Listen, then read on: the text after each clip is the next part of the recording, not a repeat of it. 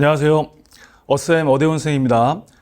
오늘은 제가 사회복사 1급 강의 20주년을 맞이한 기념으로 여러 가지를 준비한 것들 중에서 머리에 쏙쏙 어쌤의 어썸 암기도우미 기출특강을 시작하는 날입니다. 먼저 암기도움의 중요성은 제가 수업 시간과 또 어쌤 톡톡 등을 통해서 여러 차례 강조드린 것처럼 실제 시험에서 여러분이 암기도우미를 활용해서 이제 뭔가 공부한 내용이 시험 문제에 보이면 아주 신속하고 정확하게 문제를 풀 수 있도록 도와주죠. 그리고 그것이 장시간 시험을 봐야 하는 우리 수험생들 입장에서 심리적인 불안감을 갖고 계신데 이러한 것들이 시험에 나오게 되면은 일단 기분이 좋고 그래서 그러한 불안감을 줄여주고 또 쾌감도 갖게 해주고 이런 효과가 있죠. 또 한 가지는 내가 공부한 것이 장기적인 지식이 될 수 있도록 도와준다.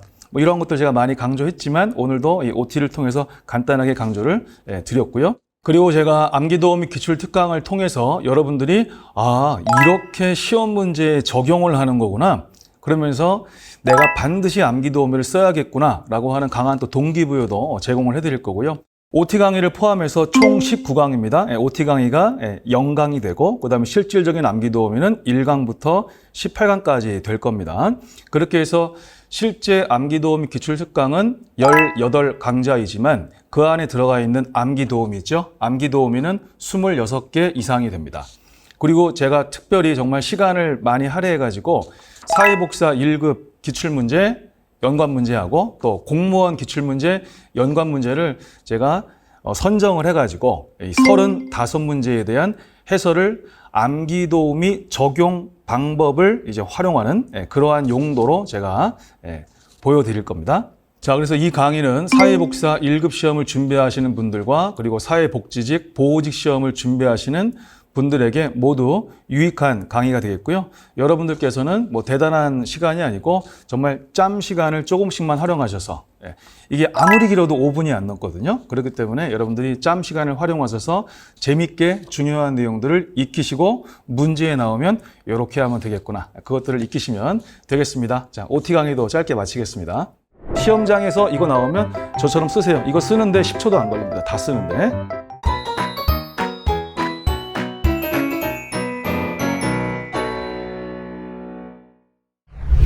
안녕하세요. 머리에 쏙쏙 어쌤의 어썸 암기도우미 기출특강 제1강은 에릭슨의 심리사회적 발달 단계와 발달 단계별로 겪는 위기 그리고 그 위기를 겪었을 때 이제 잘 이겨내고 나서 얻게 되는 강점 이 세 가지입니다. 처음에는 좀 어려워하지만 나중에는 또 가장 감사해야 하는 암기도움이기도 하죠. 에릭슨의 심리사회적 발달 단계가 매년 시험에 나오는 것은 반드시 알고 계셔야 되겠죠. 그렇기 때문에 꼭 외우셔야 되는 거고요. 자, 먼저 8단계인데 일단 유초, 유학, 청성, 성노에서 유가, 유아기, 초가, 초기, 아동기, 또 그 다음 유가, 유희기, 그 다음에 학령기하고 아동기가 같은 말이라는 건 꼭 기억하셔야죠. 그래서 우리가 공부할 때 가장 좋은 거였어요. 왜냐하면 우리나라의 초등학교하고 정확히 일치하기 때문에 공부하기 좋은 시기가 학령기, 이퀄 아동기죠. 그 다음에 이제 청소년기, 성인, 초기, 성인기, 그리고 노년기죠. 이렇게 해서 일단 유초, 유학, 청성, 성노를 외우시는 겁니다. 몇 번만 반복하면 입에 붙어요. 그 다음에 각 단계별로 경험을 하게 되는 위기와 갈등이 있는데 이게 신자, 죽은 자, 친생자 이렇게 하는 거죠. 그렇게 해서 8가지를 외울 때 신 했을 때 뭐지 이거를 일일이 외우는 게 아니라 우리가 일단은 내용을 보고 암기도우미를 나중에 쓰는 거잖아요. 그랬을 때 신뢰감 대 불신감이고 또 두 번째가 자율성 대 수치심과 회의고 세 번째가 주도성 대 죄의식인데 이 솔선성이라는 용어도 가끔 출제가 되기 때문에 주도성과 솔선성을 같이 기억하시는 것도 중요하다는 거. 그 다음 네 번째가 이제 근면성 대 열등감이죠. 그리고 다섯 번째가 자아정체감 대 정체감 혼란인데 가끔은 자아정체감 대 역할 혼란으로 나올 때도 있습니다. 그 다음에 친밀감 대 고립 또는 친밀감 대 고립감. 그 다음 7번째가 생산성 대 침체고 마지막 노년기가 자아통합 대 절망인데 이것도 가끔 자아완성 대 절망으로 나올 때가 있습니다. 자, 그 다음에 각 단계별로 위기를 잘 극복했습니다. 그렇게 해서 얻게 되는 그러한 심리사회적 강점 이런 것들이 있거든요. 이것도 희의, 목능, 성사, 배지 희의 목능 성사 배지 이렇게 이제 외우시는 거거든요. 물론 처음에는 어색합니다. 근데 계속해서 반복하면 나중에는 그냥 술술술 나오게 됩니다. 그래서 첫 번째 단계를 잘 극복했을 때 희망이라고 하는 강점을 얻게 되고, 두 번째는 의지, 세 번째는 목적, 네 번째는 능력인데 능자가 있죠. 그래서 유능성과 같은 말이고요. 그다음에 다섯 번째는 성실성의 성이 두 번 나오고 충성심의 성이 또 나오죠. 그래서 그 성이 공통되고요. 그다음에 여섯 번째가 사랑, 그다음에 일곱 번째가 배려인데 비읍 있죠. 예, 배려의 비읍, 보호의 비읍 해서 배려 보호. 그다음에 마지막으로 이제 지혜라고 하는 강점을 얻게 된다라는 거죠. 합격을 하신 분들한테 이 세 가지를 외워보라고 하잖아요. 그러면은 거의 5초에서 6초면 충분합니다. 유초, 유학, 청성, 성노, 신자, 주군자, 친생자, 희의, 목능, 성사, 배지 이렇게 되거든요. 자, 그럼 문제를 보면은 이게 얼마나 감사한 암기도움인지를 알 수 있습니다. 먼저 제 20회, 20회죠. 20회 최신입니다. 최신. 에릭슨의 심리사회 이론에서 아동기입니다. 아동기면은 이제 네 번째죠. 유초, 유학인데 학령기가 아동기였고요. 그랬을 때 그 발달과업을 성취하지 못할 경우에 경험하는 심리사회적 위기잖아요. 그럼 이거를 뚫어지게 쳐다보고서 어떻게 다 풀 겁니까? 그래서 신자, 주, 근에서 이게 뭐였어요? 근면성 대 열등감이었죠. 근면성 대 열등감. 이걸 가지고 바로 열등감이구나. 그냥 바로 압니다. 이게 문제 푸는 시간이 사실은 이게 5초도 안 걸리는 문제예요. 그 다음에 공무원 문제를 한번 볼까요? 자, 2017년에 우리 사회복지직 공무원 시험에 나왔던 문제입니다. 에릭슨의 심리사회적 발달 단계에서 제6단계만 나와도 되는데 또 뭐 굳이 또 성인 초기까지 친절하게 말을 해줬는데, 그러면 6단계니까 유초, 유학, 청성 이거 신경 쓸 것도 없죠? 그냥 신자, 주, 근자, 친 이게 여섯 번째잖아요. 그렇죠? 그러면 이제 친밀감 대 고립감. 그냥 뭐 이런 문제가 시험에 나왔다. 공무원 시험은 딸랑 20문제밖에 안 나오는데 이런 게 있으면은 상당히 심리적 불안감을 줄여드리고 신속하고 정확하게 정답 하나 찾고 시간 아끼고 다음 문제로 넘어가는 거죠. 뭐 1급이나 공무원이나 마찬가지입니다. 유초, 유학, 청성, 성노, 신자, 주군자, 친생자, 희의, 목능, 성사, 배지. 시험장에서 이거 나오면 저처럼 쓰세요. 이거 쓰는데 10초도 안 걸립니다. 다 쓰는데. 그래서 정확하게 푸시면 되겠습니다. 처음 나왔습니다. 학생들이 이거를 중요하게 배우지 않았는데 암기도움이 수첩에 있는 것을 외웠기 때문에 아주 그냥 기분 좋게 풀었던 문제입니다.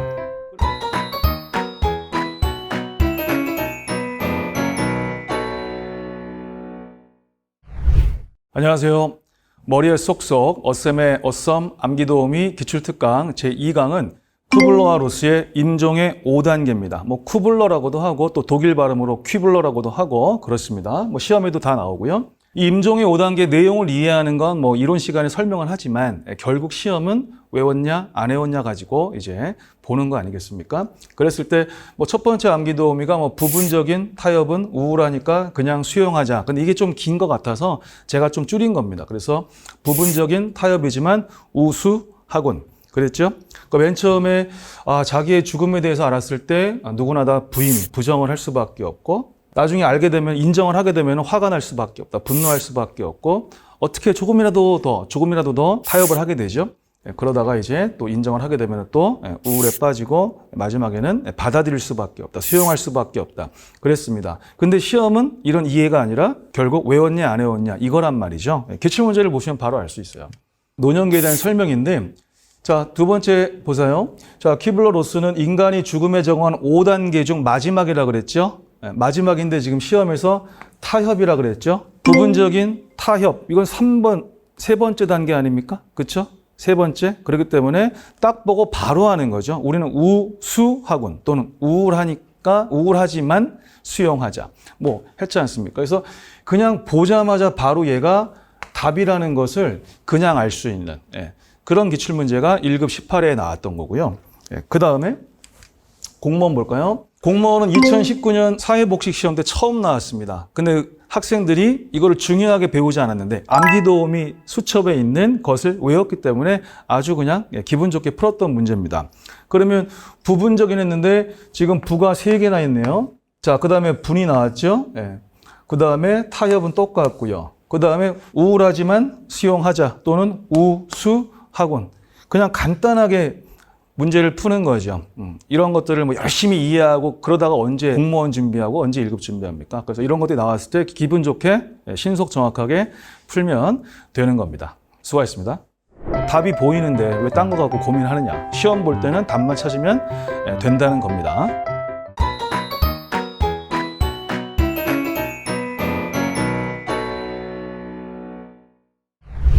안녕하세요. 머리에 쏙쏙 어쌤의 어썸 암기도우미 기출특강 제3강은 바로 우리 사회복지조사론에서 내적 타당도를 저해하는 주요 내재적 요인들입니다. 주요 내재적 요인들. 그래서 우리는 이제 역성, 검도, 회상상 이렇게 이제 외우고 있는데 여기라는 건 역사 요인이죠. 여기서 한 가지 참고하실 것은 요인이라는 단어와 효과라는 단어가 똑같습니다. 뭐 역사 요인, 역사 효과, 뭐 성장 요인, 성장 효과 다 똑같습니다. 그러면서 동의어를 알아놓으셔야 된다 그랬죠. 역사 요인이라는 거는 연구 기간 중에 발생한 우연한 사건, 통제 불가능한 어떠한 일, 이게 역사 요인이었죠. 그 다음에 성장 요인은 뭐 성숙 효과, 이거는 시간의 경과였죠. 그래서 연구 기간 중에 그 연구 대상자들에게서 발생하는 변화를 말하는 거였고, 그 다음에 검사 요인에서 검사는 사전 검사였죠. 그 사전 검사에 대한 기억이 사후 검사에 영향을 미칠 수 있다. 그래서 그 사전 검사를 메인 테스트, 그래서 메인 테스트 이펙트라는 건 주 시험 효과를 말하는 거였고, 그 다음에 도구 요인은 사전 검사와 사후 검사의 그 측정 도구, 조사 도구가 바뀌거나 또는 조사 도구는 안 바뀌었지만 조사 도구의 일관성이 떨어지는 거였죠. 그런 경우가 도구 요인, 도구 효과였고, 그 다음에 회귀 요인이라는 것은 통계적 회귀라고도 했습니다. 그랬을 때 처음에 사전 검사했을 때 극단적으로 높거나 극단적으로 낮았을 때, 그 다음에 프로그램 진행하고 사후 검사했을 때 극단적으로 높았던 사람은 좀 떨어질 수밖에 없고 극단적으로 낮았던 사람은 좀 올라갈 수밖에 없는 거였죠. 그 다음에 상실 요인의 상실이라는 것은 중간에 실험 대상자가 사라지는 거, 나가는 거, 빠져나가는 거, 그거였죠. 그래서 상실 요인은 중도 탈락이었습니다. 연구 대상자들이 중간에 빠져나갔다라는 걸 뭐 상실 요인이라고도 하고 중도 탈락이라고도 했죠. 그 다음에 선택과의 상호작용은 앞에 있는 역성, 검도, 회상 중에 어느 것이 내재 말고 외재적 요인하고 결합되는 거였죠. 외재적 요인은 선택의 편의였고요. 자, 그랬을 때 이제 문제를 보면서 한번 적용해 볼게요. 자, 15회 때 사회복사 1급 시험 문제입니다. 실험 설계 시 고려해야 할 타당도 저해 요인 중 특성이 같은 요인인데 역성검도의 역사 나왔죠? 그 다음에 성장, 성숙의 성 나왔죠? 표본의 대표성 아니겠습니까? 이건 대표적인 외적 타당도 저해 요인이죠. 대표적인 외적 타당도 저해 요인이고, 그 다음에 중도 탈락이라고 했는데 중도 탈락은 연구 대상자가 중간에 상실되는 거였죠. 상실, 그래서 상실 요인, 상실 효과였죠. 그렇게 해서 기억과 니은과 리을이 같다라는 거는 얘네들이 똑같이 내재적 요인이라는 거죠. 내재적 요인. 자, 그렇게 해서 이제 기억, 니은, 리을인데 실제 시험장에서 이렇게 짧게 나오면은 정말 문제 금방 푸십니다. 자, 공무원 시험 문제 하나 볼까요? 지금 이런 형태의 시험 문제는요, 공무원 시험 문제에만 나오는 게 아니라 1급 시험 문제에 더 많이 나옵니다. 알았죠? 이런 사례 문제가. 프로그램의 효과성을 판단하는 다음에 연구 설계에서 내적 타당성, 뭐 내적 타당성이나 내적 타당도나 같은 말이고, 그것을 저해하는 요인으로 가장 적절하지 않은 거라 그랬습니다. 그럼 문제를 풀 때는 여러분들이 어쩔 수 없이 시간을 쓸 수밖에 없는 문제이긴 합니다. 이거는 읽어야 되니까. 그랬을 때 지워나가는 방식 있죠? 지워나가는 방식을 써야 되는데 여기서 이제 포인트 중에 하나가 2주에 걸쳐서 그랬어요. 그러면 2주라고 하는 시간이 경과됐죠? 시간의 경과를 의미하는 다른 단어가 뭡니까? 성장 내지는 성숙이었죠? 그러면 얘는 일단 탈락이죠. 처음에 몇 명이었습니까? 17명이었죠. 사전검사할 때 17명이었는데 사후검사할 때는 남은 사람이 몇 명? 10명이죠. 그럼 7명이 중도 탈락했네요. 그죠? 상실 요인이 발생했죠. 그래서 연구 대상의 상실, 탈락이죠. 그럼 남은 거는 지금 외부 사건하고 도구 효과인데 여기서 결정적인 힌트가 보입니다. 결정적인 힌트가 뭐냐면 동일한 검사지를 통해서 했다 그랬어요. 그럼 사전검사와 사후검사의 검사 도구, 검사 도구가 동일하다 그랬죠. 그럼 이게 뭔 소리예요? 다른 건 몰라도 적어도 도구 효과는 발생하지 않은 거야. 이 얘기죠. 그렇죠? 그렇게 해서 답은 도구 효과가 되는 거죠. 결정적인 힌트를 찾는 거예요. 결정적인 힌트를.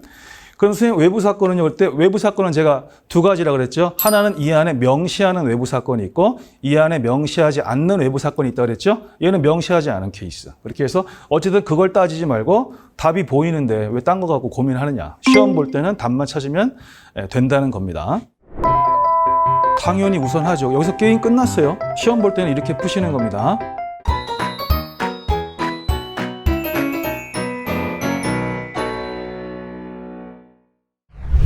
안녕하세요. 머리에 쏙쏙 어셈의 어썸 암기도움 기출특강 제4강은 바로 로엔버그와 돌고프의 윤리원칙 심사표고요. 여기에 시험의 핵심은 7가지의 명칭을 기억하는 건데 그거보다 더 시험에 많이 나오는 것은 순서입니다. 순서.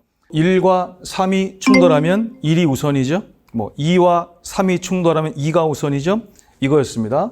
그래서 이거는 반드시 암기도우미를 쓰는 게 좋다. 생평자, 체질사진. 생평자, 체질사진. 생은 생명보호 원칙, 평은 평등과 불평등. 그 다음에 자는 자율성과 자유라고도 하고 또 자기결정. 우리 사회복지에서 자기결정 너무 중요하죠. 그리고 또 자치와 자유. 다 자자가 들어가네요.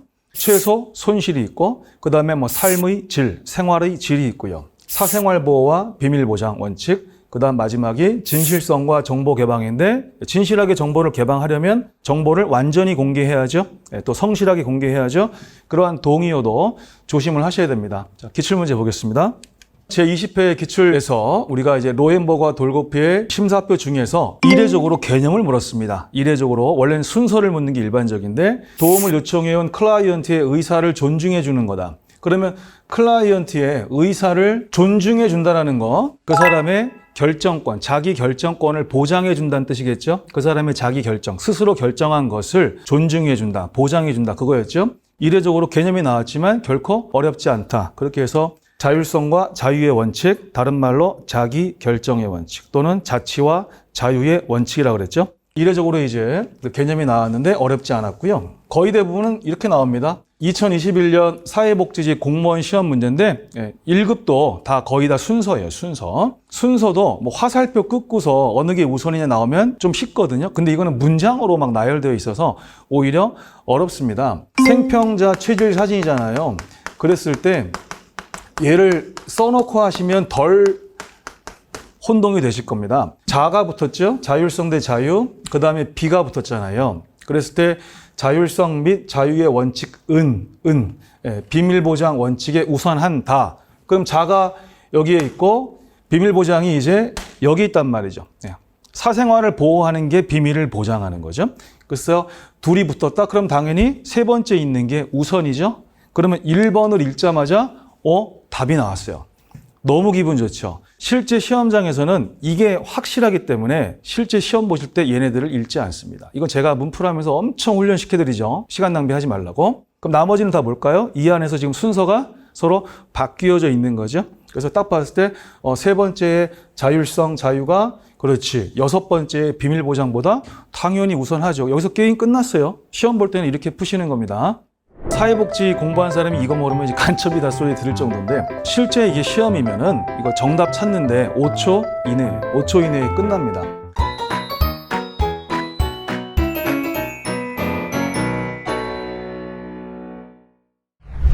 안녕하세요. 머리에 쏙쏙 어셈의 어썸 암기도움 기출특강 제5강은 바로 펄먼의 4P 추가 2P를 더해서 6P. 너무너무 중요하죠. 사회복지 공부한 사람이 이거 모르면 이제 간첩이다 소리 들을 정도인데 펄먼이 제시한 4P는 순서대로입니다. 그러니까 문사장 과까지가 4P가 되고요. 또 나는 이게 밑에 게 좋다 그러면은 사과 문장까지가 4P입니다. 그래서 앞에 4개를 끊으면 1957년에 제시한 4P가 되는 거고 제 전문가, 제가 전문이었는데 뒤에 2개는 86년에 추가한 2P잖아요. 그래서 합이 6P가 되죠. 자, 문제를 가진 사람이죠. 서비스를 제공하는 장소는 바로 사회복지기관을 의미하죠. 그 다음에 주어진 또 과정이 있겠죠. 여기까지가 4P고 클라이언트에게 제공된 서비스들이 있죠. 유형, 무형의 서비스를 제공물이라고 했고 또 자격을 갖춘 사회복지사를 의미하는 게 바로 전문가죠. 자, 일단 외웠고 문제에 빨리 한번 정리해 볼게요. 자, 2010년의 사회복지직인데 오래전 같죠. 제가 이거를 선정한 이유가 있습니다. 펄먼이 제시한 사회복지 실천의 구성 요소로서 사피에 해당되지 않는 거죠. 그럼 문제를 가진 사람이 서비스를 제공하는 장소, 기관이죠. 기관으로 나와도 똑같습니다. 그 다음에 주어진 과정이 있다 그랬죠. 그래서 너무 간단하게 푸는 거죠. 실제 이게 시험이면은 이거 정답 찾는데 5초 이내에 5초 이내에 끝납니다. 자, 2010년에도 중요했던 것이 20회죠. 20회 가장 최근에도 중요하다라는 거. 그만큼 오랫동안 계속해서 중요한 거는 시험에서 계속해서 잘 나올 수밖에 없다라는 걸 보여드리는 겁니다. 펄먼이 사회복 실천을 구성하는 요소로 제시한 사피에 관한 내용으로 옳은 것이죠. 잘 따라오신 분들, 또 잘하신 분들은 얘네들을 일일이 읽지 않습니다. 왜냐하면 지금 사피에 관한 내용이라고 했죠. 그럼 문사장은 과까지죠. 또는 사과문장까지죠. 이것만 보는 거죠. 그럼 여기 문 있죠. 문사장 할 때 문제 있고요. 그럼 서비스를 제공하는 장소 있죠. 자, 이런 거 못 봤고 본 적 없고, 그지? 그다음에 전문가를 받긴 받지만 걔는 6P 쪽이죠. 추가 2P죠. 그래서 문제 풀 때 금방금방 구별되기 때문에 기억하고 디귿만 뭐예요? 4P. 4P라는 거죠. 그렇게 해서 답도 어떻게 되겠습니까? 기억과 디귿. 이렇게 되는 거죠. 전문가는 추가 2P, 총 6P에 나오는 거죠. 이렇게 적용하시는 겁니다. 우리가 공부하는 모델들이 많잖아요. 그 많은 모델 중에서 이런 단어를 보고 맞아, 이거 였지? 이거를 알아야 되지 않습니까? 여러 가지로 유용하다라는 거죠.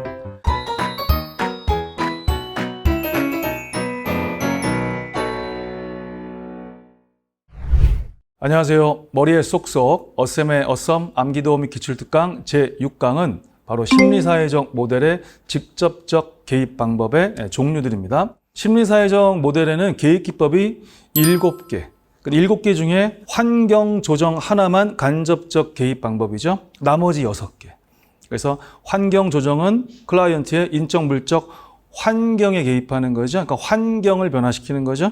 그거 하나만 간접적인 개입 방법이었고 나머지 6개입니다. 그러면서 자연스럽게 이러한 용어들이 나왔을 때 우리가 공부하는 모델들이 많잖아요. 그 많은 모델 중에서 이런 단어를 보고 맞아, 이거 심리사회 모델의 치료 기법이었지, 개입 기법이었지, 이거를 알아야 되지 않습니까? 여러 가지로 유용하다라는 거죠. 자, 심리사회적 모델의 직접적 개입 방법에서 직접 유인하라는 지시, 기발하네. 직접 유인하라는 지시, 기발하네. 유는 유형, 역동에 대한 고찰. 이걸 다 외우셔야 되는 거죠. 유형, 역동에 대한 고찰. 그 다음에 인간 상황에 대한 고찰. 그 다음에 지가 있고요. 시가 있죠. 근데 이 지시적 기법이 직접적으로 영향을 주는 겁니다. 그래서 이 지시적 기법 이퀄 직접적 영향. 이 둘 다 시험에 잘 쓰입니다. 둘 다 잘 쓰여요. 탐색 기술의 기가 있고 환기법의 기가 있죠. 발달적 고찰이 있습니다. 이 6가지를 반복해야죠. 그랬을 때 인간 상황에 대한 고찰을 제외한 나머지 5가지는 다 프로이드의 정신 분석 이론에서 왔다라고 그랬죠. 이것도 다 우리가 알고 있습니다. 시험 문제 보실까요? 먼저 제20회 따끈따끈한 문제죠. 심리사회 모델의 개입 기법에 관한 설명으로 옳지 않은 건데 직접 개입, 간접 개입 됐고요. 근데 두 번째에서 직접적 영향이라고 그랬죠. 직접. 이게 아까 지시적 기법이었습니다. 근데 걔를 뭐라고 표현합니까? 주변인에게 영향력을 행사하여 환경을 변화시킨답니다. 그럼 벌써 이걸 딱 보는 순간 앞에서는 직접적이라고 해놓고 뒤에서는 간접적인 얘기하고 있죠. 그래서 유일하게 환경 조정, 환경을 변화시키는 건 간접적인 개입 방법이었죠. 그래서 더 갈 게 없습니다. 여기에서 바로 2번이 답이 확정이 되는 거죠. 공무원 문제 볼까요? 자, 2010년에 보호직 시험 문제이지만 상당히 중요한 문제입니다. 왜냐하면 우리가 공부하는 모델들이 여러 개인데 시험에 다 잘 나오기 때문에 구별해야 되는데 이 문제는 표면적으로 볼 때는 심리사회적 모델에 대한 문제로만 보이지만 실제로는 인지행동 모델과 비교하는 그런 문제입니다. 일단 심리사회 모델에 관한 것만 얘기해 드릴게요. 상황 속의 인간 나왔죠? 상황 속의 인간도 좋고 환경 속의 인간도 좋고 P, I, E 개념이죠. 그 다음에 일단 기억은 맞고 그 다음에 이제 정신분석은 인간으로 생각하세요. 정신분석은 주로 개인의 내적인 측면, 심리 내적인 측면을 연구했고 그 다음에 상황 환경이잖아요. 그럼 생태체계라는 것이 기본적으로 생물과 환경 간의 관계를 연구한 거죠. 그 안에는 또 체계이론 들어가 있죠. 생태학과 체계이론 들어가 있죠. 여기서 등이 너무 많단 말이에요. 제가 외우지 말라 그랬습니다. 그냥 심리사회 모델은 심리적인 면도 있고 사회적인 면도 다 있어. 그러면서 다양한 이론의 영향을 받았어. 너무 많기 때문에 일일이 외우지는 않았습니다. 자, 그 다음에 이제 좀 아까 했던 거 또 나왔죠. 직접 영향 주기, 지시적 기법. 그 다음에 탐색, 기술, 환기. 유 있었죠. 유인하라는 에서 유가 나왔죠. 유형, 역동에 대한 고찰. 그럼 이거를 보면서 맞아. 이게 심리사회 모델 거지. 그렇죠? 이거를 기억하는 거예요. 그러면서 직간접을 구별할 때도 써먹고 또 심리사회 모델과 다른 모델을 구별할 때도 써먹고 이렇게 해서 시험을 잘 보시는 겁니다. 인지행동 모델도 워낙 중요해서 제가 그거만 간단하게 추가를 해드리면은 비합리적 신념 단어 보셨죠? 그러면 누가 떠올라요? 앨리스가 떠오르죠? 앨리스가 떠올랐다는 건 합리, 정서, 행동 치료가 떠올랐을 거고 그러면 이건 인지행동 모델이지. 그 다음에 구조화된 절차를 가지고 교육적인 접근을 강조한다. 그러면 구조화된 절차에다가 교육적인 접근까지 나왔으니까 그렇지. 이거 인지행동 모델이지. 여기까지 복습하세요. 수고하셨습니다. 암기도우미 여기서도 써먹네요. 암기도우미를 어떻게 적용하는가를 지금 제가 훈련을 계속 시켜드리고 있습니다.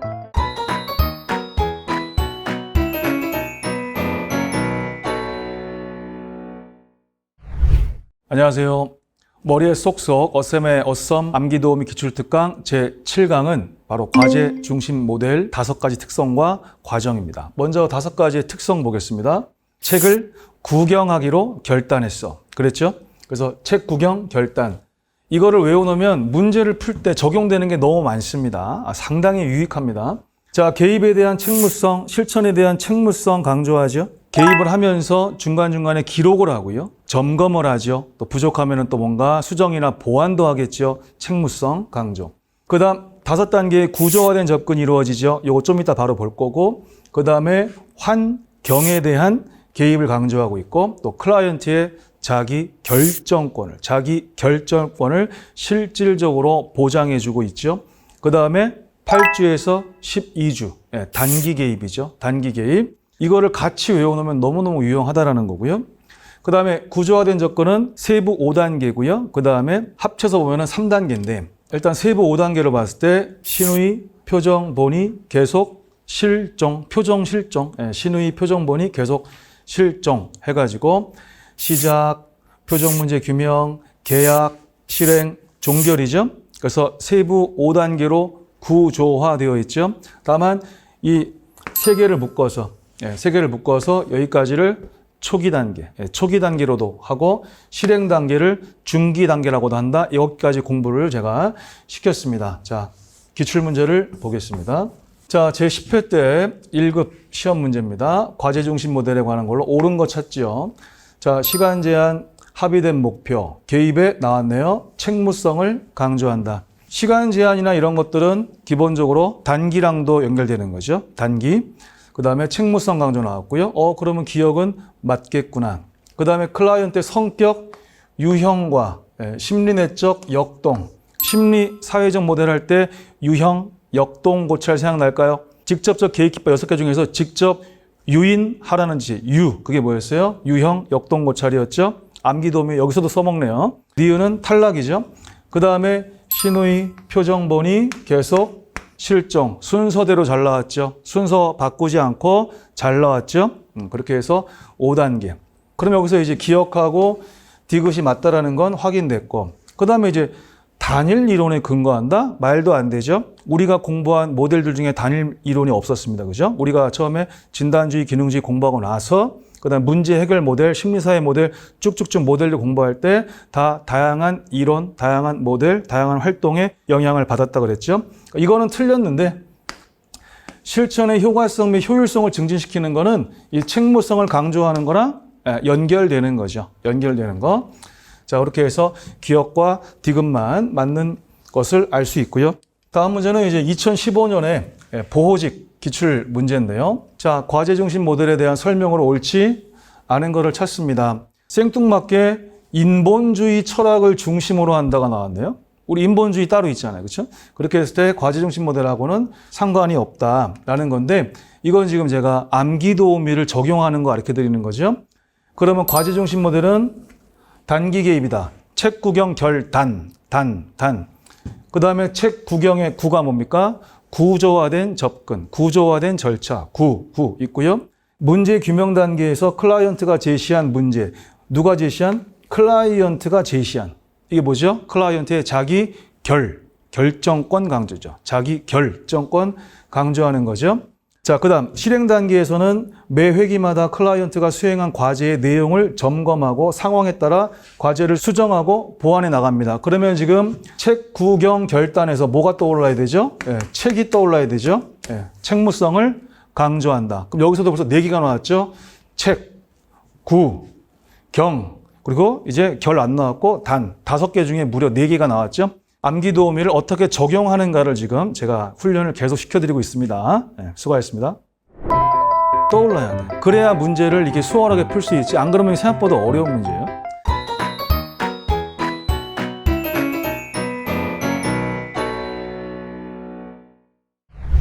안녕하세요. 머리에 쏙쏙 어쌤의 어썸 암기 도우미 기출특강 제8강은 지역사회 개발 모델에서의 워커, 즉 사회복사의 역할인데 로스를 기억하고 계시죠? 로스는 지역사회 개발을 위해서 뭐 했어요? 안전조치 해서 안내자, 전문가, 조력자, 그 다음에 치료자 이퀄 사회치료자. 구별하는 포인트 중에서 제가 조력자를 꼭 외우시라고 했습니다. 조력자 볼까요? 조력자로서의 역할은 4가지였습니다. 그래서 공동의 목표를 강조한다. 공동. 그 다음 불만을 집약해준다. 불만. 조직화를 격려해준다. 조직화. 그 다음에 좋은 대인관계를 육성해준다. 좋은. 그렇게 해서 공동 불만을 조직화하는 좋은 조력자였죠. 조력자는 반드시 외우라 그랬고 전문가의 역할은 키워드가 있었죠. 전문가니까 뭔가 많이 알죠. 그래서 주민들에게 정보도 제공해주고 조언도 해주고 충고도 해주고 평가도 해주고 조사할 것이고 기술이 있겠죠. 이러한 키워드를 보면서 아 이건 전문가스럽다 이렇게 했었고요. 치료자 같은 경우에는 협력에 방해가 되는 요인들을 없애주는 거였죠. 그리고 나머지가 이제 안내자가 됐었는데 문제를 보도록 하겠습니다. 제17회 사회복사 1급 문제고요. 제가 이거를 딱 적용할 수 있는 공무원 문제는 없어서 아쉽지만 이제 1급 문제만 반영을 했습니다. 지금은 문제가 이렇습니다. 지역사회 복지 실천에서 조력자의 역할로 옳은 것. 조력자 역할로 옳은 건데 그냥 지역사회 뭐 특정 모델은 말하지 않았습니다. 그냥 지역사회 복지 실천이라고만 했죠. 근데 내용을 딱 보니까 지금 지역사회인의 다양한 집단들에 의해 표출된 불만의 집약이라고 돼 있단 말이에요. 그럼 불만의 집약을 보면서 아 로스가 떠올라야 돼. 안전조치 떠올라야 돼. 그중에 조력자 역할 공동 불만을 할 때 불만이 떠올라야 돼. 그래야 문제를 이게 수월하게 풀 수 있지. 안 그러면 생각보다 어려운 문제예요. 그 다음에 조사한다. 문제를 조사하고 평가한다. 뭔가 좀 많이 아는 사람인가 봅니다. 뭐겠어요? 이건 전문가스럽죠. 그렇죠? 그 다음에 여기는 아예 답을 가르쳐줬네요. 옹호자 이퀄 대변자. 얘네 완전 같은 말이죠. 옹호자, 대변자라고 다 가르쳐주고 있고 지역사회 조직 과정에서 지역 주민들에게 공동의 목표를 강조해준다. 그러면 공동 불만을까지 나온 거죠. 그리고 조직화하는 좋은 조력자인데 어쨌든 이게 지금 조력자의 역할로 공동 불만 나온 거죠. 이렇게 해가지고 기억하고 리을이 답이 되겠죠. 이렇게 적용하시는 거 많이 연습하셔야 됩니다. 수고하셨습니다. 바로 나오죠. 바로 암기 도우미를 당연히 쓰셔야 된다는 거.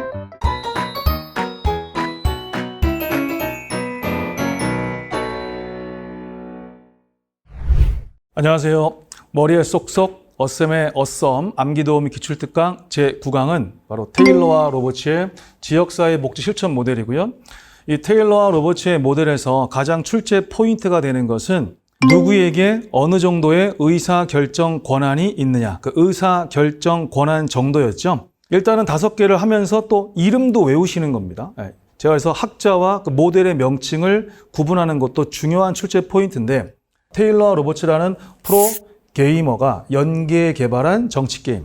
프로그램 개발 조정 모델이죠. 그 다음에 계획 모델, 지역사회 연계 모델, 지역사회 개발 모델, 그리고 뭐 정치적 권력 모델, 정치적 권력 강화, 정치적 역량 강화 모델 5가지인데 일단은 이름을 외우는 거고 그 다음에 또 출제 포인트에서 매우 중요한 것이 뭐였습니까?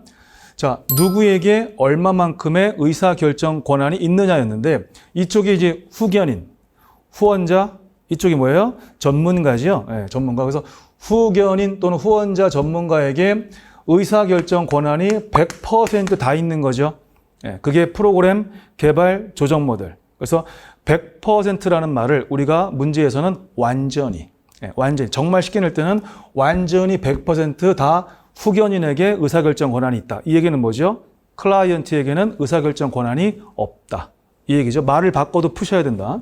그 다음에 계획 모델은 8분의 7인데 8분의 7로는 거의 시험에 안 나온다고 그랬죠. 그래서 의사결정 권한이 후견인에게 대부분 또는 거의 대부분 있다. 그랬죠. 클라이언트의 의사결정권은 미약하다 또는 매우 미약하다. 이걸 다 우리가 외울 때 암기 도움이 없으면 어떻게 다 외웁니까? 그 다음에 얘가 지금 중간에 있잖아요. 5개 중에서 얘가 딱 가운데죠. 가운데. 그럼 얘는 어떻게 되겠어요? 5대 5지요. 반반. 그죠? 의사결정 권한이 반반. 이걸 어떻게 표현할까요? 또 동등하다. 의사결정 권한 정도가 동등하다. 이렇게 표현하는 거죠. 그 다음에 이제 클라이언트 쪽으로 넘어왔습니다. 그러면 지역사회 개발 모델은 클라이언트에게 의사결정 권한 정도가 대부분 있다. 또는 거의 대부분 있다. 이 얘기는 후견인에게는 의사결정 권한 정도가 미약하다. 매우 미약하다. 그 다음에 이쪽은 클라이언트가 100%죠. 그러면 정치적 권력 강화 모델은 클라이언트가 의사결정권을 완전히 다 가지고 있는 거죠. 후견인은 가지고 있지 않죠. 이게 포인트란 말이죠. 자, 그럼 문제를 보시겠습니다. 자, 2013년의 사회복지 문제입니다. 테일러와 로버츠의 지역사회복지 모델 중에서 후견인이 후견인이 완전히 친절하게 또 100%까지 해줬네요. 완전히 100% 영향력을 행사할 수 있다. 그러면 좀 아까 우리 보고 왔죠. 후견인이 완전히 100% 갖고 있죠. 프로그램 개발 조정 모델. 해서 간단하게 2번 바로 나오죠. 바로. 그 다음에 1급 문제 볼까요? 자, 20회 따끈따끈한 제20회 사회복지사 1급 국가시험에서 이때는 순서를 물어본 게 아니고 테일러와 로버츠 모델에 해당되는 것, 그냥 모델의 명칭을 외웠니? 근데 우리는 테일러와 로버츠라는 프로 게이머가 연계 개발한 정치 게임 해가지고 우리는 이미 5개의 명칭은 이미 외우고 있죠. 그렇죠? 프로 게이머 나왔네요. 프로그램 개발 및 조정 모델. 그 다음에 있습니까? 계획이 안 나왔죠? 계획 모델 안 나왔고 연계 개발을 했을 때 연계 모델 나왔고요. 그 다음에 개발 있죠? 개발 나왔고요. 지역사회 개발. 그 다음에 정치 게임에서 정치 나왔죠? 정치적 권력 강화, 역량 강화 나왔죠. 참고로 여기 있는 연합 모델은 누구 거? 이거는 웨일과 갬블의 8가지 중에 하나죠. 의사결정 권한 정도도 외우는 데 도움이 되고 그 다음에 모델의 명칭을 외우는 데 도움이 되고 암기 도우미를 당연히 쓰셔야 된다는 거 다시 한번 강조 드리고 마치겠습니다. 암기 도우미를 이렇게 적용하면 얼마나 문제를 정확하게 신속하게 풀 수 있겠습니까? 많이 활용하십시오.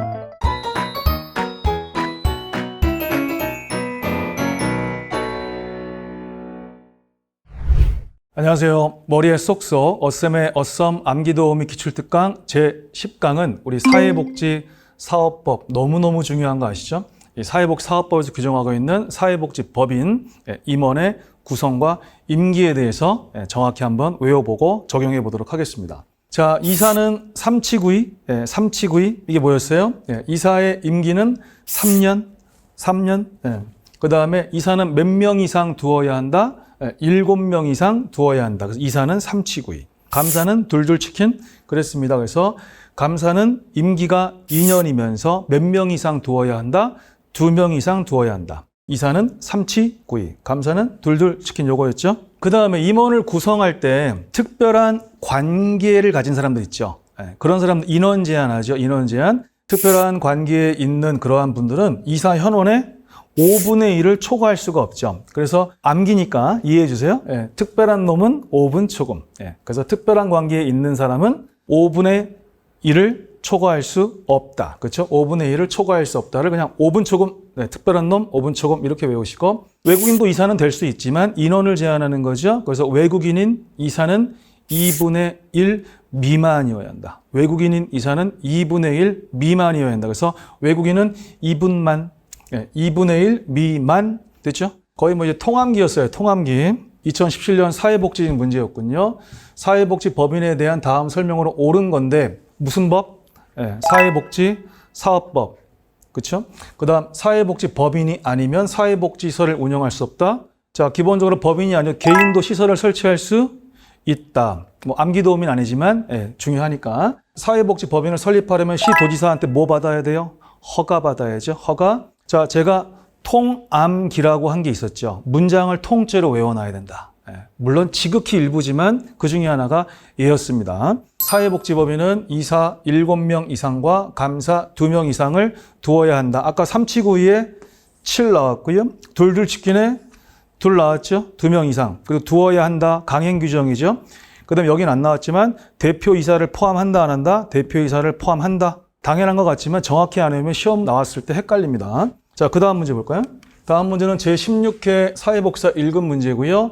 요거는 이제 괄호 넣기 형식으로 나왔던 거죠. 정말 뭐 진짜 암기죠. 법인은 대표이사를 포함한 또 나왔네. 379에 7 나왔죠. 7명 이상, 감사 2명 이상. 그러면 7. 자, 그 다음에 이사의 임기는 3년, 감사의 임기는 몇 년? 2년이었죠. 둘치킨 2년 나왔죠. 그러면 여기 2. 물론 문제를 풀 때는 제가 이제 훈련시킵니다. 똑같으면은 읽지 말라고. 하지만 지금은 암기도우미를 적용하는 거기 때문에 그렇습니다.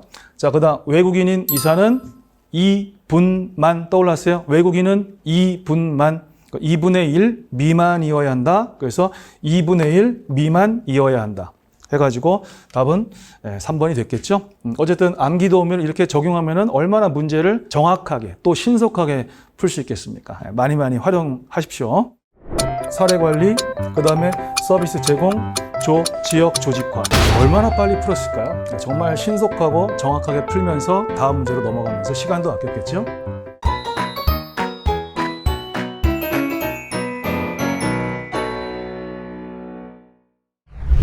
안녕하세요. 머리에 쏙쏙 어쌤의 어썸 암기도우미 기출특강 제11강은요. 사회복지관의 3대 기능과 사업 분야입니다.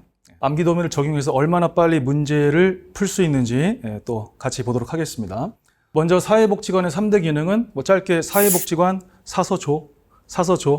정확하게는 사회복지관의 3대 기능인데 뭐 3가지 이런 거를 외울 수밖에 없죠. 사서조 3개잖아요. 사는 사례 관리 기능이고, 서는 서비스 제공 기능이고, 조는 지역 조직화 기능이죠. 사서조 이렇게 외우면 되겠고, 3대 기능 중에서 우리가 이제 사례 관리 기능 있죠. 거기에는 사례 발굴이 있고, 뭐 사례 개입이 있고, 서비스 연계가 있거든요. 근데 그거는 암기도우미를 쓰지 않아도 우리가 충분히 이해로 끝낼 수 있다고 했는데, 나머지는 외워서 구별을 해줘야 된다 그랬어요. 서비스 제공 기능에 4가지 사업 분야가 있는데 이렇게 했죠. 서비스 제공하러 가자 친구 이런 느낌으로 서비스 제공하러 가자 직교. 뭐 가자의 친구인가요? 서비스 제공하러 가자 직교 이렇게 이제 외웠죠. 가가 가족 기능 강화 사업이고 자가 자활 지원인데 이때 자를 조심하셔야 됩니다. 다음에 공부할 파트에서는 또 자원 개발 관리가 나오기 때문에 여기서 이 자가 자활 지원이라는 것을 잘 구별해 줘야 되고요. 지가 지역사회 보호 사업이고 교는 교육문화 사업이죠. 다음으로 3대 기능 중에서 지역 조직화 기능에는 3가지 사업 분야가 있다. 그래서 이렇게 외웠죠. 지역 조직화를 위해 복을 주자.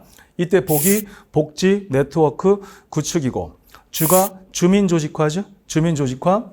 그 다음에 자가 뭐예요? 자가 자원 개발 및 관리. 아까 서비스 제공 기능의 자활 지원과 그 다음에 지역 조직화 기능의 자원 개발 관리를 구별 잘 하시면 되겠습니다. 자, 얼마나 문제에 쉽게 적용되는지를 기출 문제를 통해서 보겠습니다. 자, 2018년 사회복지직 시험 문제에서 단순히 3대 기능 분야가 아닌 걸 물어봤죠. 그러면 이제 사서조, 사례관리, 그 다음에 서비스 제공, 지역 조직화 이렇게 해서 얼마나 빨리 풀었을까요? 정말 신속하고 정확하게 풀면서 수험생들의 심리 불안을 줄여드리고 기분 좋고 다음 문제로 넘어가면서 시간도 아꼈겠죠.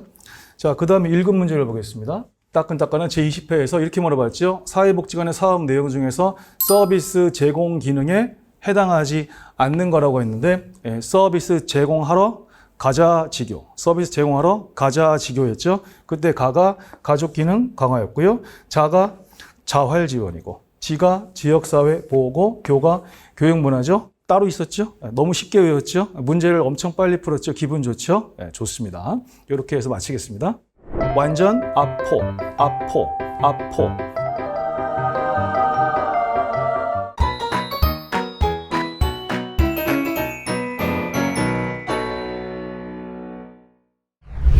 안녕하세요. 머리에 쏙쏙 어쌤의 어썸 암기도우미 기출특강 제12강은 바로 베버리지 보고서의 3대 전제 조건입니다. 정말 철저한 암기 문제인데요. 내용을 한번 보도록 하죠. 완전 고용이 있습니다. 그래서 완전 썼고요. 그 다음에 아동이 있는 가족에게 주는 수당. 그래서 아동수당, 가족수당. 전 국민을 포함하고 있죠. 그래서 우리가 이제 영국의 NHS 우리가 모를 수가 없잖아요. 그래서 내셔널 헬스 서비스 아니겠습니까? 그래서 국가보건 서비스라고도 하고 국민보건 서비스라고도 하죠. 그랬을 때 전 국민을 대상으로 하죠. 그러니까 이제 국민보건 서비스인데 국가가 시행하죠. 그래서 국가보건 서비스다. 그럼 전 국민을 포함하니까 보편적이고 포괄적이죠. 그랬을 때 또 치료도 있고 예방도 있죠. 그래서 또 포괄적이죠. 이해는 했지만 결국에 시험장에서는 암기로 승부를 하는 거죠. 자, 문제를 보겠습니다. 자, 18회 1급 시험 문제에서 베버리지 사회보장 프로그램의 성공을 위해 제시한 전제 조건을 모두 고른 거였을 때 너무 쉽죠. 완전 나왔고요. 그 다음에 아동도 나오고 가족 다 나와줬네요. 그 다음에 포괄적 의료 및 재활 서비스에서 포가 나왔죠. 그렇게 해서 완전 아포, 완전 가보 해도 되고 또 완전 아국, 가국인데 충분히 이해를 하고 왔기 때문에 여기서 우리가 적용하는 건 좀 더 쉬웠을 거라고 생각합니다. 그래서 없죠? 그러면 이제 기역, 니은, 디귿이 되겠군요. 그 다음에 공무원 문제를 볼까요? 자, 2022년 보호직 문제입니다. 따끈따끈한 문제죠. 자, 베버리지가 강조한 사회보험이 성공하기 위한 전제 조건. 역시 암기 문제죠. 그래서 실업수당으로 인한 재정 손실을 감안한 완전 고용, 완전 나왔고, 그 다음 가족의 크기와 소득을 고려하여 결정하는 가족수당, 가로 나왔네요. 아동수당으로 나와도 상관없고 4번 보시면 치료와 예방을 포괄적으로 제공하는 보건 서비스, 의료 서비스 다 좋습니다. 어쨌든 완전 가포 이렇게 나왔군요. 자, 3번도 꼭 아시긴 해야 되겠죠. 일단 보편주의까지는 맞았어요. 여기까지 맞았지만은 비정액이 아니라 어디까지나 그 당시에는 정액 기여 또는 균일 기여였죠. 정말 중요한 파트입니다. 그 다음에 이제 선별급여가 말도 최저수준은 맞아요. 맞지만 선별급여 일리가 없죠. 그래서 이제 보편적인 거였죠. 이렇게 해서 완전 아포, 완전 아보, 완전 가보, 가포. 그게 전 국민에서 국이 국민 서비스, 그 다음에 국가 보건 서비스. 이렇게 외우시면 간단하게 해결을 할 수 있는 문제들입니다. 특히나 평생을 좌우하는 공무원 시험 문제에서 암기도우미가 얼마나 중요했을까요?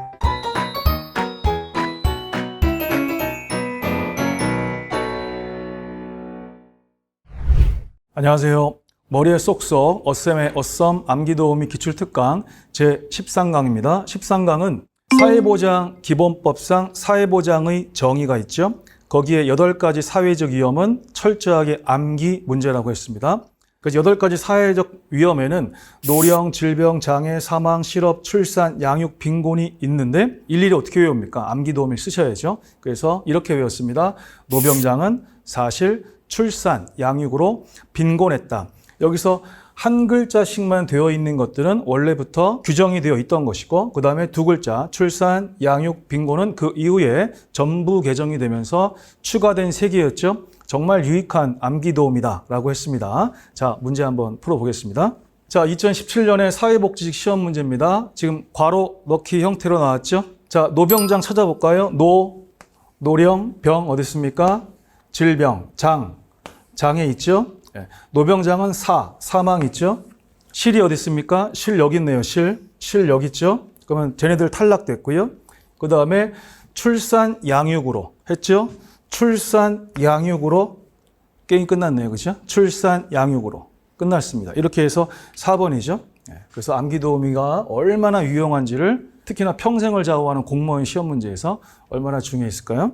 공무원 시험 문제를 제가 2개 준비했습니다. 이 암기도우미를 정말 잘 쓰는 거를 보여드리려고 2018년의 사회복지직 문제인데 여기 같은 경우에는 바로 그냥 골라라는 거죠. 골라라. 그럼 노병장에서 노 없고 병 없고 장 없고 사망 없고 그죠? 출산 양육 이거는 새로 추가된 3가지죠.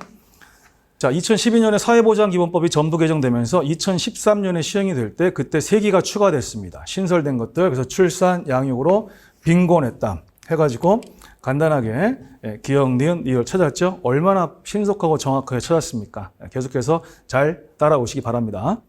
1번부터 기분 좋게 답이 나왔어요. 1번에서 이렇게 또 결정적인 게 나와주면 더더욱 기분이 좋은 게 또 수험생 마음이죠.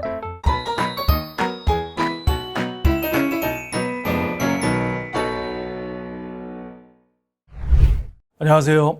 머리에 쏙쏙 어쌤의 어썸 암기도우미 기출특강 제14강은 진위계수입니다.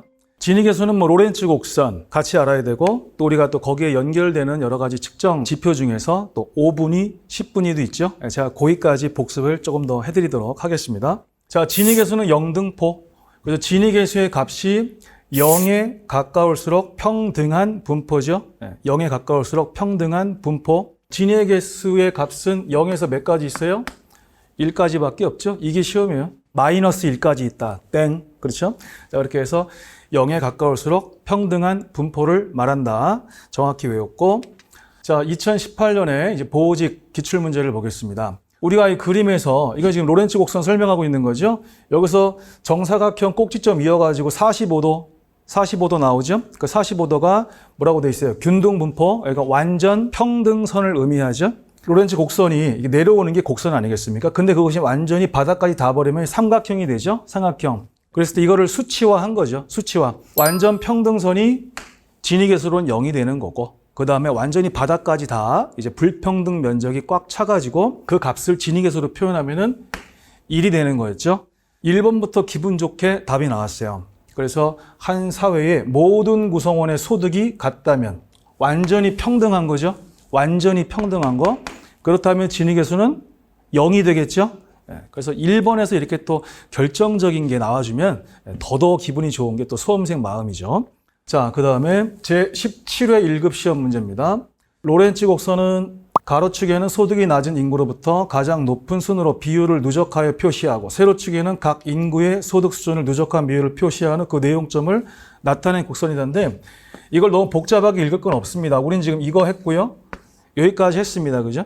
그래서 이 대각선이 0이라는 거, 그 다음에 전체적으로 불평등한 게 이제 1이라는 거, 요걸 가지고 푸는 게 포인트입니다. 포인트.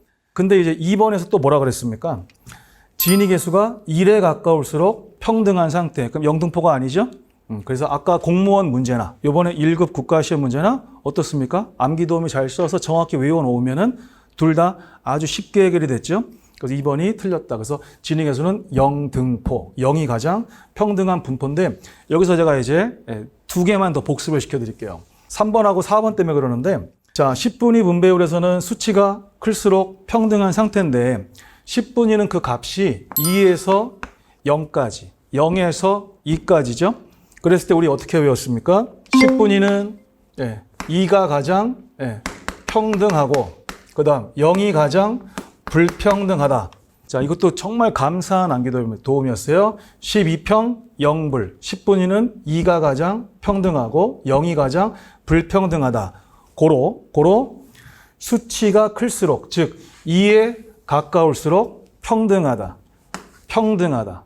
이렇게 외워놔야 시험 볼 때 정말 안 헷갈리고 잘 풉니다. 그 다음 4번 보세요.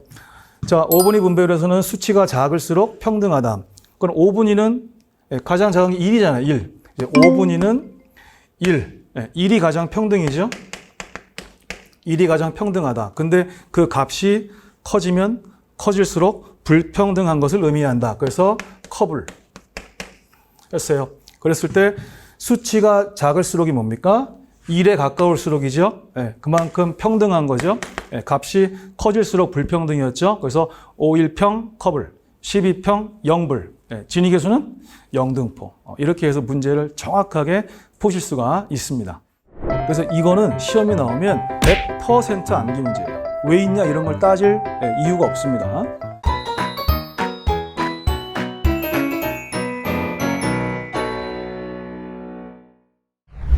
안녕하세요. 머리에 쏙쏙 어쌤의 어썸 암기도우미 기출특강 제15강입니다. 15강은 사회보장기본법상 사회보장제도의 운영 원칙을 외우고 시험 문제에 아주 기분 좋게 적용하는 거겠습니다.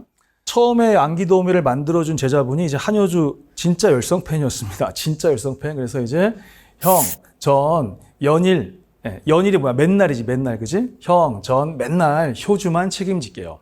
이렇게 만들었는데 여기서 주자가 첫 글자가 아니어서 조금 아쉬워가지고 제가 이제 그거만 좀 바꿔서 그 티아라의 효민이라는 가수가 있었죠. 그래서 이제 형, 전, 연일, 효민이만 책임질게. 이렇게 해서 민주성이 되는 겁니다. 민주성. 조심하실 거.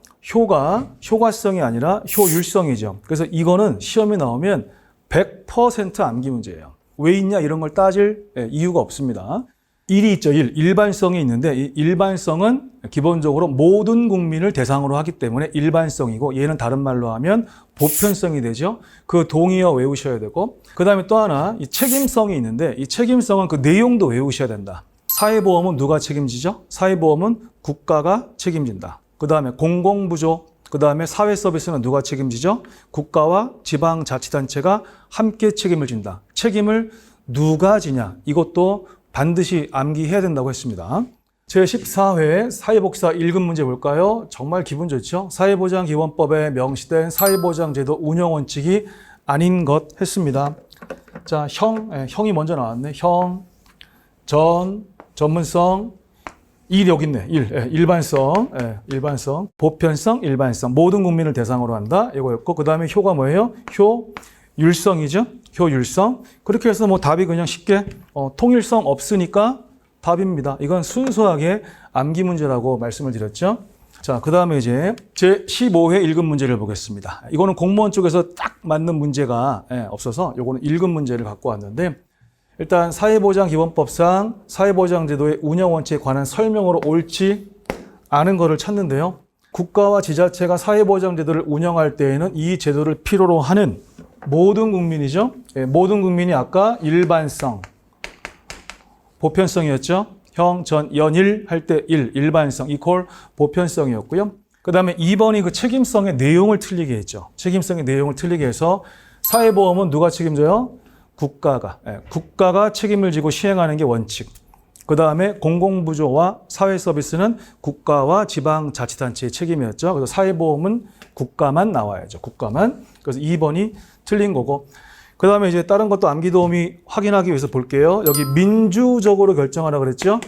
민주, 한효주든 효민이든지 간에 민주적으로 하라 그랬고, 민주성. 그 다음에 효율적으로 충족시키라 그랬죠. 효율성. 그 다음에 연계성, 전문성, 형평성.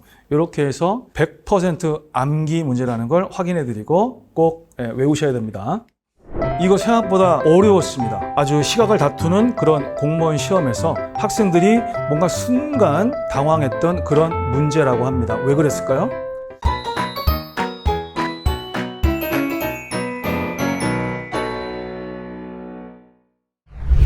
안녕하세요. 머리에 쏙쏙 어쌤의 어썸 암기도우미 기출특강 제16강입니다. 16강은 국민연금의 급여의 대상과 급여의 종류를 외워서 기출문제를 풀어보도록 하겠습니다. 국민연금은 장사 안 한다. 국민연금은 노장사. 그래서 국민연금의 급여의 대상은 3개밖에 없어요. 3개. 그래서 노령, 장애, 사망에 대하여 급여를 실시하는 거죠. 노령, 장애, 사망. 자, 급여의 종류 5가지인데 법에 같은 49조에서 규정하고 있는 거 있죠? 그러면 4개인데 사망일시금이 별도로 있습니다. 다만 사망일시금은 시험에서는 중요도가 매우 낮습니다. 어쨌든 외워놓으면 좋잖아요. 4개만 적용하면은 우리 동방신기 반장 누구죠? 동방신기 반장은 윤호였죠? 그래서 이제 윤호 반장 이렇게 이제 만들어 봤습니다. 윤호 반장에서 유족연금, 노령연금, 반환일시금, 장애연금. 장애연금. 자, 전체적으로 5가지를 하면은, 자, 노장이 연금을 반환한 사유. 더 줄이면 노장 반환 사유. 어떻게 외우든. 이때 사가 사망 일시금을 말한다. 라고 했죠. 자, 문제를 보겠습니다. 자, 제20회 사회복사 1급 기출입니다. 국민연금법상 급여의 종류 해당하는 거 다 고르죠. 노령연금 있습니까? 윤호 반장의 노령연금 노장이 반환한 사유에서 노령연금 나왔죠. 그 다음에 이제 장 나왔네요. 자, 장애연금. 여기서 조심해야 되죠. 장애인연금과 장애연금은 완전히 다른 거죠. 국민연금법에는 장애연금이 있죠. 아까 노장사, 장애에 대한 급여에서 장애연금이 있고, 그 다음 장애인연금은 장애인연금법이 따로 있죠. 얘는 공공부조입니다.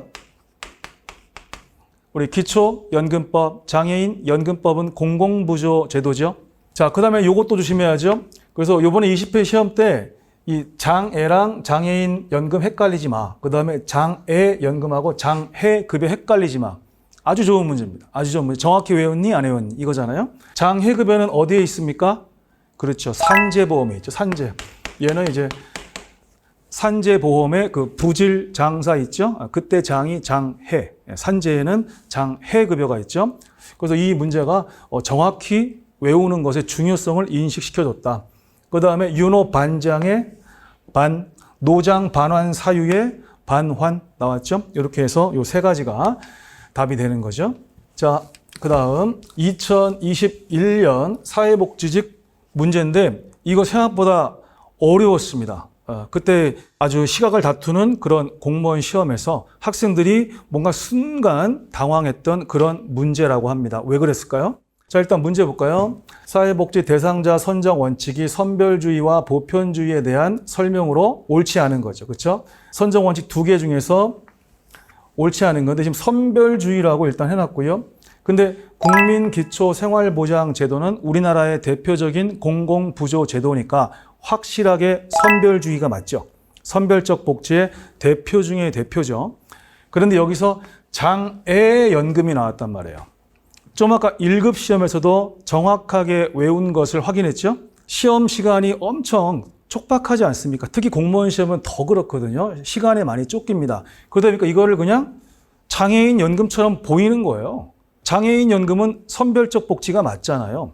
근데 정확히 봤으면 잠깐만, 장애연금은 공공부조가 아니고 국민연금법에 있는 윤호 반장의 장이 뭐였어요? 장애연금이었죠? 이게 생각이 바로 났으면 다행이었지만 수험생들이 실제 시험 때는 생각이 바로 안 난 경우가 여러 명 있었던 것 같습니다. 그래서 요거는 어디까지나 보편주의. 사회보험이죠. 그래서 국민연금은 사회보험 제도고 거기에 있는 급여의 종류니까 얘는 선별주의가 아니라 보편주의인 거죠. 이렇게 해서 답을 찾는 그런 문제였습니다. 정확히 봐야 되겠죠? 정확히 중요합니다. 문장을 통으로 어떻게 외웁니까? 키워드를 가지고 암기 도우미를 써서 접목시키면 정말 편하게 문제를 풀 수 있는 것이죠.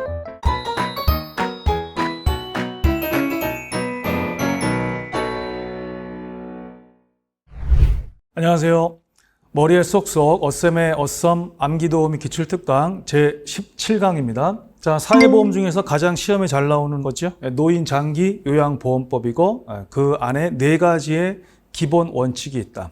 제가 어떻게 만들었냐면 장기 요양급여를 제공하는 의자가 있는데 그 의자가 적정한 곳에 있다. 적정한 곳에 있다. 적재죠.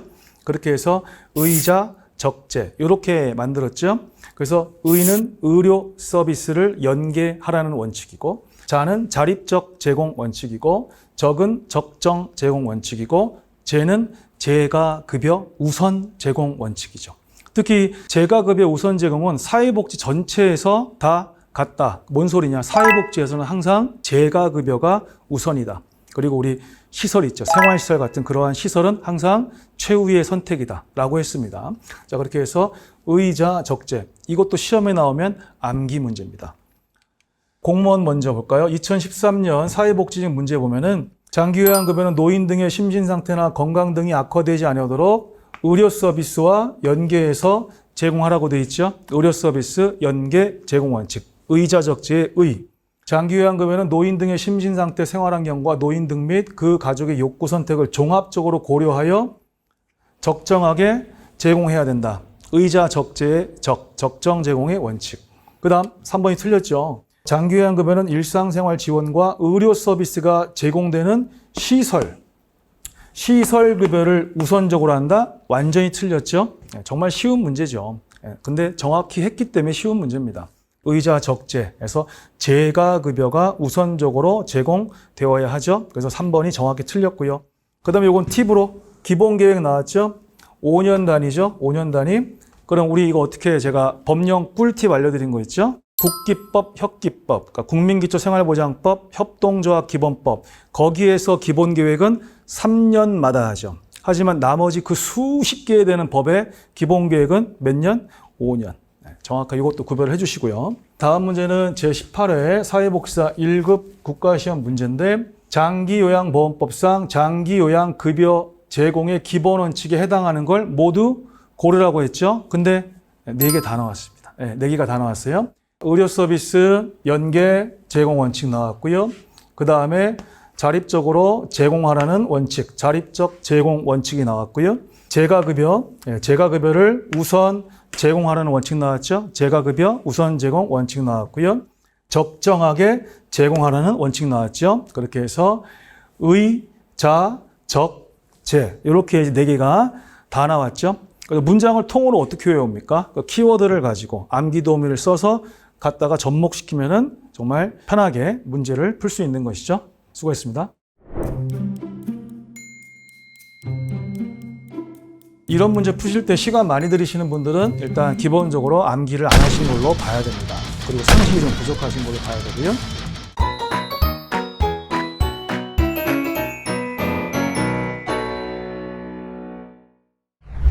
안녕하세요.